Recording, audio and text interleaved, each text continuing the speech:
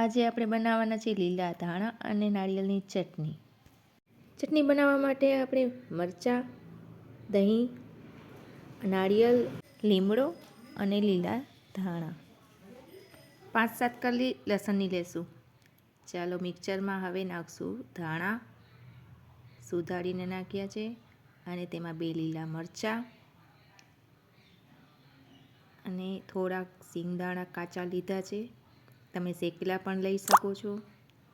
અને 5-7 કલી લસણ લીધી છે અને દહીં લીધું છે 1 વાટકી. દહીં લેવાથી આપણી ચટણી કાળી પડતી નથી અને બહુ સરસ થાય છે. એકદમ ક્રીમી ચટણી લાગે છે, બહુ સરસ થાય છે. હવે એમાં સ્વાદ અનુસાર મીઠું નાખશું અને નાળિયેરના 2-3 ટુકડા નાખશું. હવે આને મિક્સરમાં પીસી નાખશું. બસ આપણી પીસાઈને ચટણી તૈયાર છે. હવે તેના વઘાર માટે આપણે 2 ચમચી તેલ લેશું. તેમાં 1 ચમચી રાઈ નાખશું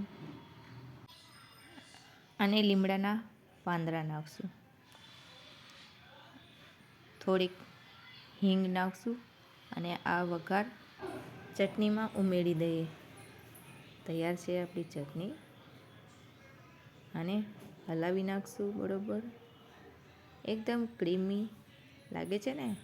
એકવાર બનાવો તમે પણ આના સ્વાદની મજા માણો.